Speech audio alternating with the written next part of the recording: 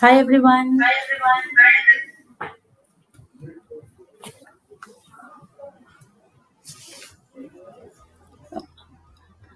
Hello.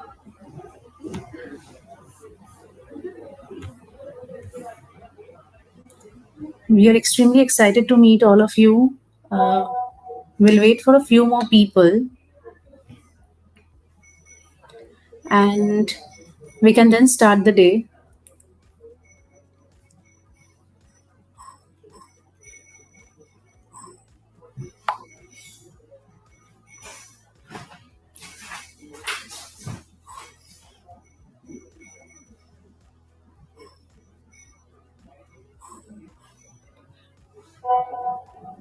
So we can see we have 82 of you right now with us, which is a good number for the first few minutes. We understand that you all are very excited.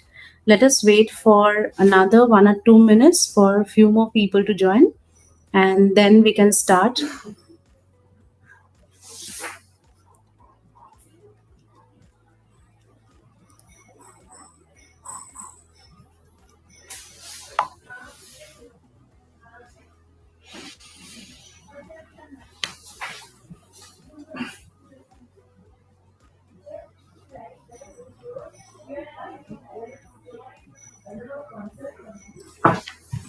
So as we can see that today we are here to discuss about the application of batch 2324.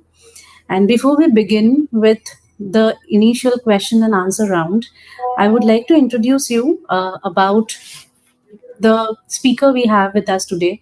I will be your host. I'm Arunima, and I have been associated in the social sector since my university days, before which I have been working with St. Xavier's College and Jadavpur University.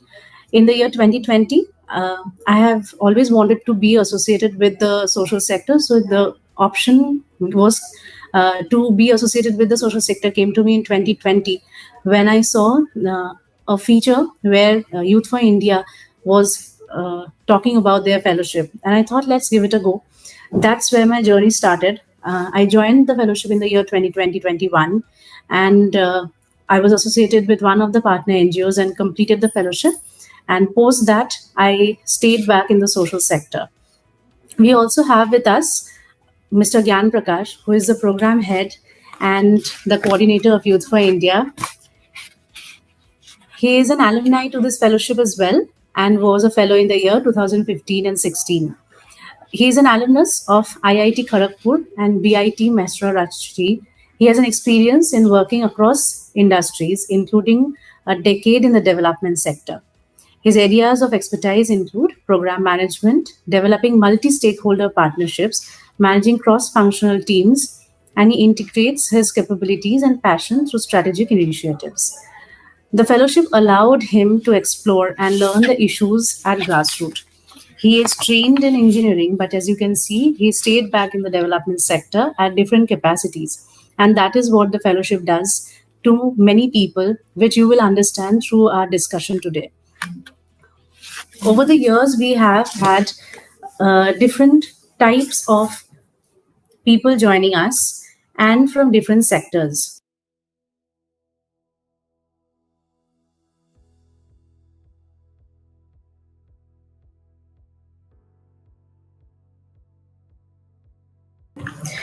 And over the years, we have evolved. We started in the year 2011. It was decided and thought about by the SBI management as to how we can contribute in the social sector, where we can include the youth who can actually contribute at the grassroots.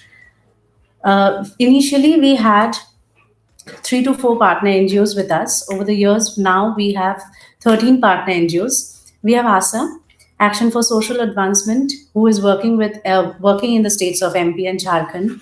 We have SPAs in MP, Seva Bharat working pan India. We have the ANT in the Northeast. We have Barefoot College Tilonia, Seva Mandir and Urmul Trust in Rajasthan. We have Dhan Foundation, also known as Development of Humane Actions in Tamil Nadu. And we have MSSRF, MS Swaminathan Research Foundation in Kerala.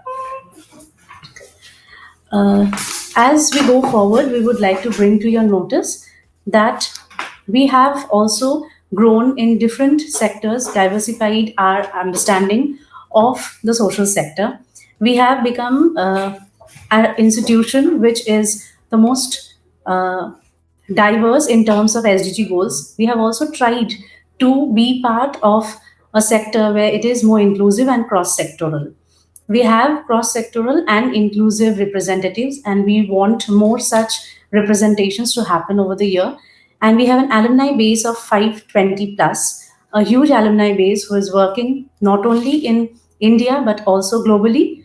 We also have fellows who have in the past joined from global universities and organizations.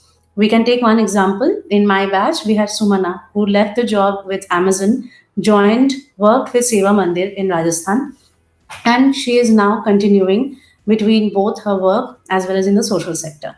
70% of our fellows get absorbed in the social sector, and we are hoping that we'll have many more people in the long run like you joining us. I would quickly ask Gyanji to also talk about Dr. Pristika, who was a doctor, joined the fellowship, and how she evolved through the.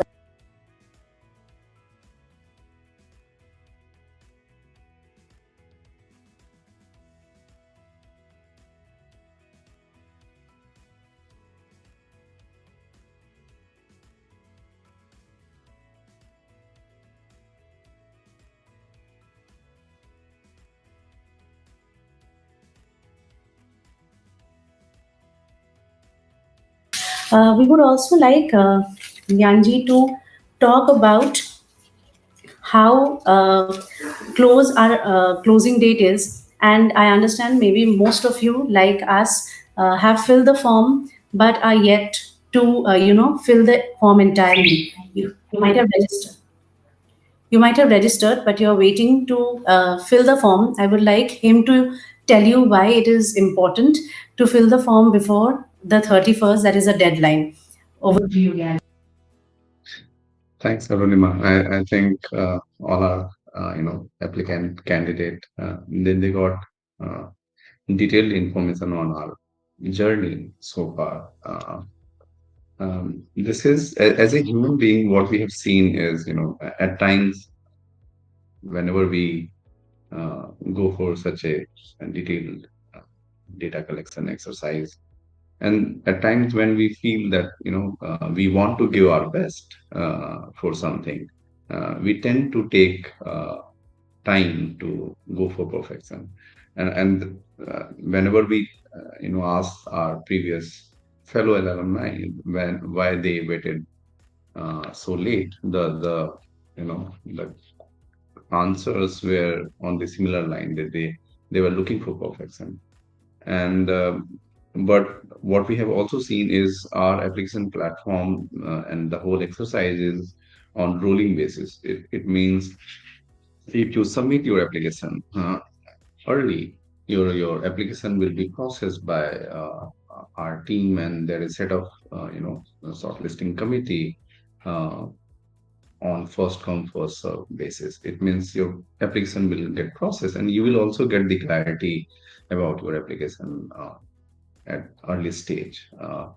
And that's why we will encourage all of you who started this exercise but yet to complete it, that give it a shot and complete it. Don't wait for 31st May, and so that your application can be moved to second stage at the earliest. One thing also, what I feel is when you sit on the last day, 31st, or you're planning for 30th and 31st, but you don't know how your day is going to be on that day.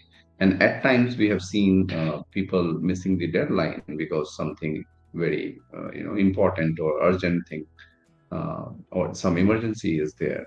And because of that, either you submit your application in a hurry, and or you just miss the deadline. So to avoid all those things, I think we are on 18th right now, and this weekend is definitely can be utilized to sit properly, think of your response, and all the questions are related to your life. The way I see is no question is you know, where you're going to struggle, because everything is related to your life. And the way I see is, if I ask about your life, what you did, when you did, why you did, you have answer for all those questions. So it's just matter of time to put your thoughts into words and then, complete it. So don't wait. This weekend is very good opportunity to sit and complete it. Thank you, Gyanji. Also, I know many of you all are asking questions. We will answer all of them. But before that, I have a few questions for him, which will also help you all to understand the fellowship in a better way. So we will definitely take the questions at the end of the session. Before that, we will start with a few questions that we have in mind for him. So I would like to know from you, why should people join for Youth for India Fellowship? There are other fellowships too. So why do you think that we should join for Youth for India Fellowship? What is the unique feature of Youth for India Fellowship? You know, I think this is very, you know, very important question. And before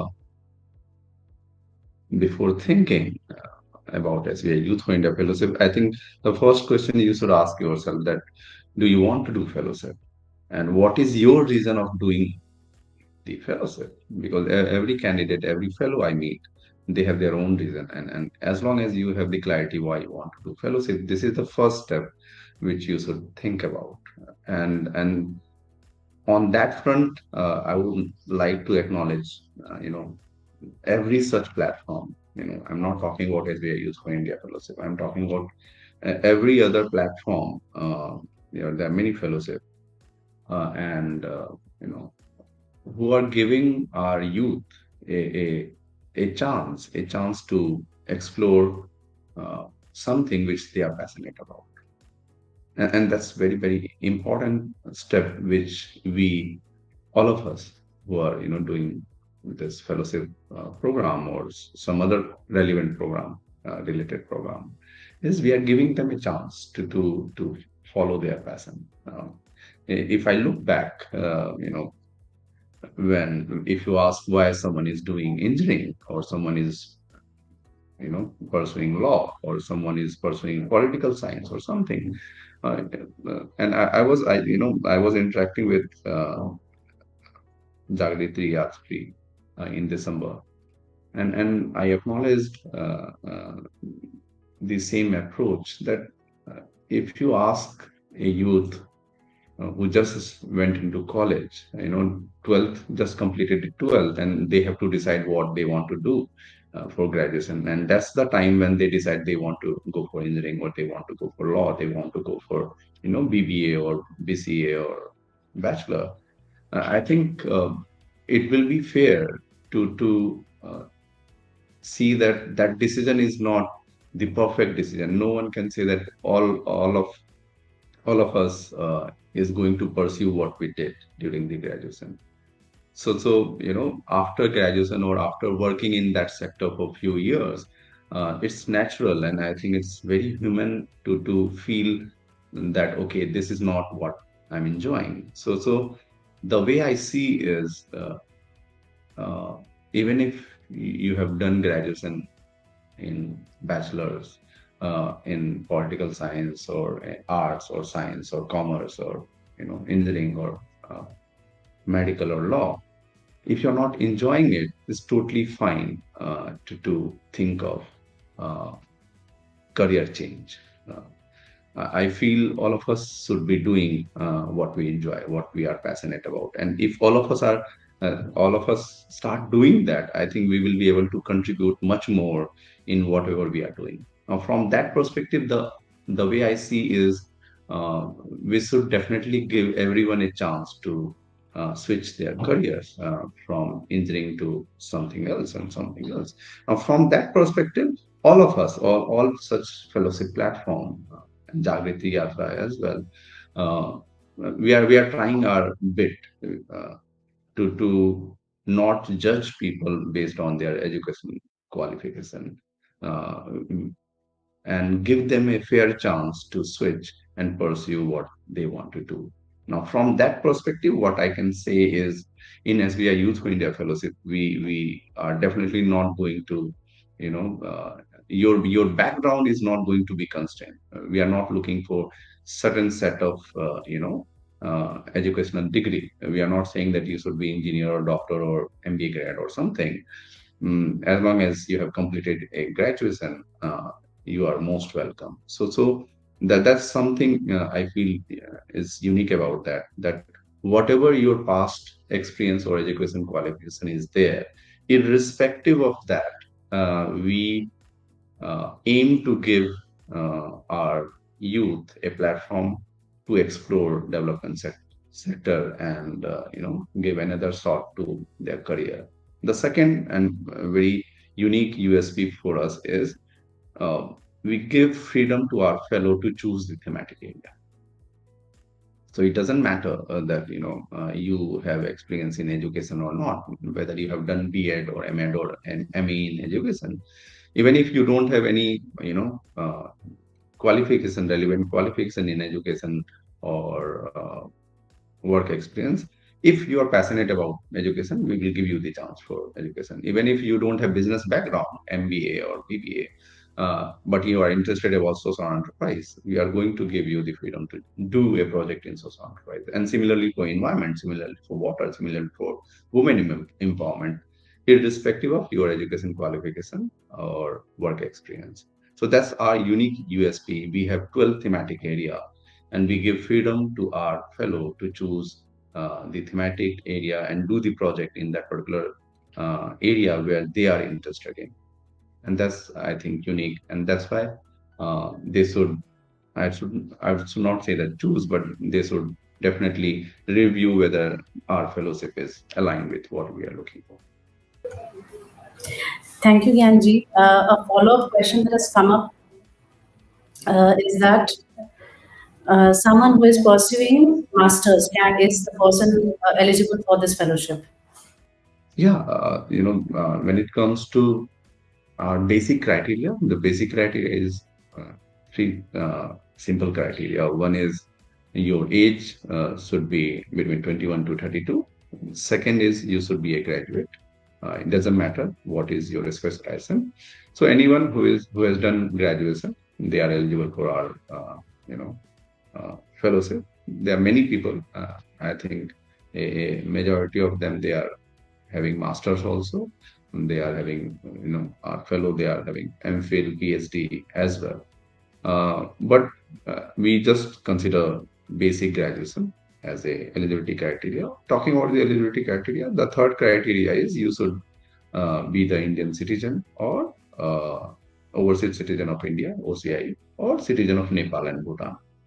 So right now we are accepting application from OCI and citizen of Nepal and Bhutan as well. Thank you so much. There's an interesting question with us where someone wants to know why is the form so detailed. I think our team and all of us. I think if I look at more than 100 people are involved in this whole selection process. So all of us also want our life to be simpler when it comes to selection. But because of the love and interest of the candidate, it's a huge pool from which we have to select. So we can host at max 100 fellow every year, but the quantity of the application is close to 50,000. Now selecting 100 people from 50,000 is a very big task. And as a value system also, what we feel is people should not do fellowship just for doing fellowship. The way here uh, we process the whole approach is you are also giving your 13 month, and from our side we want your 13 month to be you know a fruitful 13 month where you feel that it was a good decision for you. And that's why we see that the expectation match is there. You are looking for something, and we are also looking for something. So the whole selection exercise is nothing but mapping our expectation, whether we both are, aligned with each other, we both are fit for each other. And to do so, our selection team has to know you better, has to know what is your expectation, has to know how you are going to react to different scenario in which uh, our fellow work, and to know you enough so that we can see that whether we are fit for each other. I think this application is very, short application to know someone enough to understand whether we are fit for each other or not. Because it takes a lot of time, in months, to know someone good enough to actually confidently say that this person will behave or do something like that, and there is some alignment. And that's why, to ensure that we are aligned with each other, our expectations are matched, we have to ask certain questions, we have to go deeper to understand you. And that's why this detailed question is required. And it is same application is also helping shortlisting member, interview panel, and many more people who are involved in this whole process. Thank you, Yanji. As you said, it is a long procedure to know a person, but these days, I think with the technology, rising technology, how we know a person is through their mail IDs. And we have questions on that as well. One is, what if someone enters their mail ID wrong? The second question is that what if the recommender's email ID that they have to enter is wrong? And someone has also said that they have by mistake entered their own email ID instead of the recommender's email ID. What will they do in that case? Uh-huh. And to make life easier for everyone, it's a request, and we are making that request in our application form also. Many times we are requesting that please review what you are, you know uh, writing, what you are submitting. Please understand, for us, the application is the base based on which we are trying to understand who you are. So right now we are talking about email ID, but it can be applicable for many other field, what you are writing. So before hitting the submit button, please do review every response carefully so that you are having confidence that this is good to go. Having said that, when it comes to your personal email ID, what we have done is there is a edit profile section. You can log into your account with your phone number also, if email ID is not correct. And after login, you will find on the right hand side on the dashboard, and you will find my profile, and you can go and edit your profile, including your email address. When it comes to recommender, please do understand, your the whole process is getting, it's a rolling process. It means you have submitted, and then there is someone who is reviewing your application process, and uh, we want to maintain consistency of data, because the data does not change while things are getting reviewed. And that's why once you submit it, we are freezing your application data to maintain the consistency and also the fairness. So if you have entered wrong email ID for your recommender, sorry, but at this moment we are not allowing you to change your recommender detail once you hit the submit button. What it means is, I think one of your recommender might not be able to submit your recommendation, and your application will be reviewed without it. We are not stopping your application review, but it will be reviewed without the recommendation. Gyanji, there was one more follow up question. So, by which we are actually saying that if, for example, I as a candidate enter wrong email address, maybe my own email address instead of the recommender's email address, then my form gets reviewed till a stage. we see if we move forward. If I move forward, in that case, there will be some mechanism to get the recommenders, views on the candidate. Yeah, yeah. So right now the review process is, has started. It means that we can't change it. But suppose, because the recommendation is definitely a integral part of whole selection process. So at later stage, once you move into later stage, and to complete this whole exercise, if that is required, then our team will reach out to you to complete that process. But during the shortlisting stage, we will not be able to change it. What happens if someone's district is not visible in the options? So, for example, if I'm from Nagpur and that Nagpur option is not there, in that case, what do I do? How do I click and tell you where I am from? Uh, in that case, the way I see is, do we have other option, and can we put other and then write that option? Else, uh, you can raise a request. Right now, it's, if it is stopping you from going forward, you can go for nearby district, and at the same time you raise a request on fresh desk with that information, and then our backend team will do the info. Thank you, Ganji. One question that always comes across is that are the candidates allowed to write their answers in any of the Indian languages, or is it just English that they have to use? Yeah, as I said, more than 100 people are getting involved in your selection process, and that's why English is the main medium of communication for all of us, including shortlisting committee, interview panel, and many other. And that's why English is the preferred language for us when you are submitting your application. We respect every language, and I think they have their own importance, every language. But right now, our platform, we encourage English as a preferred language for submitting the applications, since there are so many people involved in shortlisting, and the whole shortlisting and interview allocation, the candidate allocation is automated and random, and we don't know who is going to get your application, and if that person is not proficient in local language, it might create another set of issues.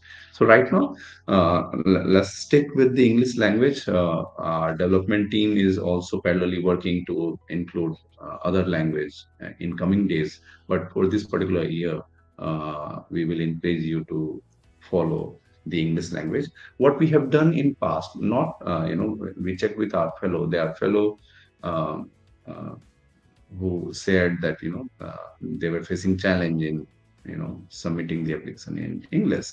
In that case, they have taken the help of their friend and teachers and family to submit it. It's just converting your thought, because the response is your response. You are just getting it translated, and someone is helping you with that, and they have submitted the application in English itself. So we can follow the same. Okay. There's this question where someone wants to understand that what is the health and well-being section? Why is it required? Can you repeat your question? The health and well-being section, if it is required, and why is it required? Okay, this is very much required because I don't know whether you are aware or not. Our fellowship is very challenging. And our fellow, they work in remotest area of our country, and when it comes to the condition is very harsh at times. Stay, food, travel, network, weather, extreme weather. So there are different kind of challenge, physical and mental challenge, because of the harsh situation on the ground, and that's why a certain level of I think fitness is required, so that you don't struggle so much. And since we are placing our fellow in remotest area of our country, where when it comes to health related support system, it is they are limited, and even if they are there, at times they are very far. And that's why we have to know that in case of any medical emergency, whether we will be able to provide necessary medical support, and whether such support is possible in that particular area. And that's why uh, through health and wellness section, we are just trying to understand what kind of support system on health front you might require, and whether we will be able to provide you that kind of support or not. And then based on that, we have a very clear discussion with the candidate to understand uh, whether everything is working fine or not, and then go forward to provide necessary support to.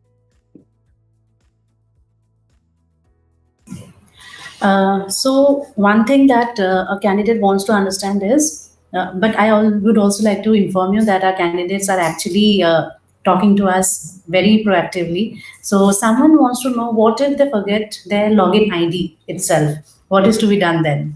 Yeah, I think very human to do, because you are logging in for first time on our application, and it's very difficult to remember so many login and password. So that's why there is a very simple process similar to many other platforms. Forget password. You go click, go reset your password. Anything which you remember, it is email ID, phone number, that will help you with recovering your whole credential. So please use that particular feature.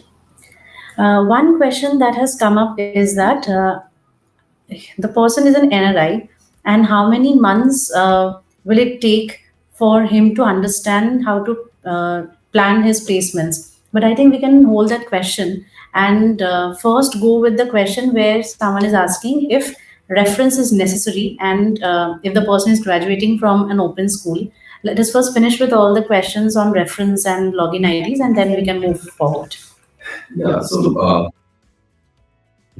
the way I would like to answer that, if we are asking something, it is important. That's why we are asking. If it is not important, we also want to reduce the length. We are talking about the length of our application. So every year we review and see what is still relevant and important for us. So if reference, we are asking for reference, please understand it is important, and that's why we are asking. It also means that it is going to add uh, you know to your whole application, and then it is going to help the committee and interview panel also to understand you in a better way. And that's why you should definitely uh, go for having the reference. We also understand, so there are two kind of reference we are asking, academic and professional reference. But based on our experience, what we also understood, that there will be scenario where you might not have reference ready and available for you. So to avoid that, ideally, this is the ideal scenario where you should have one academic reference and one professional reference. When it comes to academic reference, it can be your, professor, it can be your teacher, it can be your mentor uh, from your college, school. When it comes to professional experience, it can be your previous boss. It can be someone you know, who was closely working with you, and also guiding you, mentoring you on professional front. And now, in case of fresher, they say that I don't have work experience. So what should we do about the professional recommender? In that case, you can take the recommendation from someone where you have interned or where you have volunteered. So that will also be considered. If you have done, if that is also not available, in that case, you can go for someone under which you have done some, project, academic project, and then take recommendation from that. Someone uh, who have seen you working. In one way or another. If that is also not possible, then in worst case, please understand, that's the last option. In that case, you can submit, someone from your academic field. It means you are submitting, instead of one academic and one preference, which is the preferred, and you must be doing that. If that's the condition, you can submit the recommendation from second professor. Okay, preferably from different background and college. And same thing will apply for academic one. If your professor is not available, then you move backward and see who is available in your whole education journey. If that is also not available, then you can take second professional reference, someone who can give recommendation on professional front, and instead of one, you will be submitting two. But do submit, do get reference from two different people. So what he's saying is you should trust the process. We all did, and look at how it changed our lives. Everyone, if each time you speak to any of the alumni, they will reiterate that it has. This was a transformative journey, and we always say changes which could not happen in 20 years happen in a year. So if you want to experience that, you have to be with us. One more thing that I would like to tell you: if you have already filled the form or you are still thinking about filling the form, if you're still thinking, please fill the form. Coming from a fellow, I'm telling you, it's worth the journey. And if you have already filled the form, both the categories, please follow all our social media handles. We will keep posting about the next stages there. We'll keep you informed over other social, over email as well. But social media is something that would benefit you in the long run if you follow it. Any technical issues that if you're facing, please make a short video of it, put it on the fresh desk. We have a development team working hard for you, working throughout the day to understand what issues are you facing, and they will resolve it.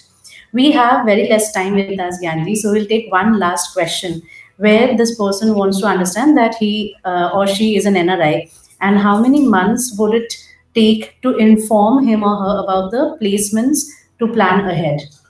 As a process, the way I see and talking about the timeline, 31st May is the last day to submit your application.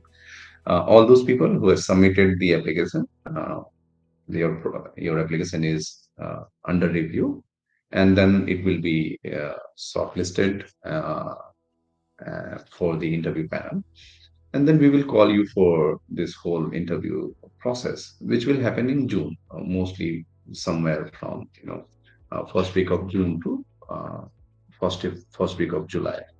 And again, since it is a rolling process, all those selected candidates will be informed on rolling basis. It means you might get your result by second or third week of June, or latest by first week of July.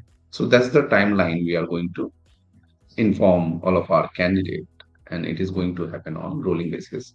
That gives you, we have two cohort. One cohort is going to start in August, and second cohort is going to start in October. To consider the constraint, few people, they have 1 month notice period, working professional, so they generally join in our August cohort. And those people who are having 3 month notice period, they join our October cohort. So we give enough time to them to serve their notice period and join us. So August and October will be the time where we will host our fellow. And depending on which cohort you are joining, that much time you will have to, if someone is coming from outside and if they are OCI candidate, they also, if they don't have OCI card, they have to apply for it and get the OCI card. So we give enough time for them to get the OCI card and join us. Thank you, Yanji. With that, we come to close of the day, and we are eagerly waiting. The entire fellowship fraternity is waiting to onboard you, interact with you for a year very closely, and after that, as an alumni. Hopefully, we'll see all of you soon. Please don't wait for 31st. Fill the form. Follow us on all our social media socials pages so that we can keep you informed, and hope to meet you in the interview. Thank you so much. Have a great day. Bye bye.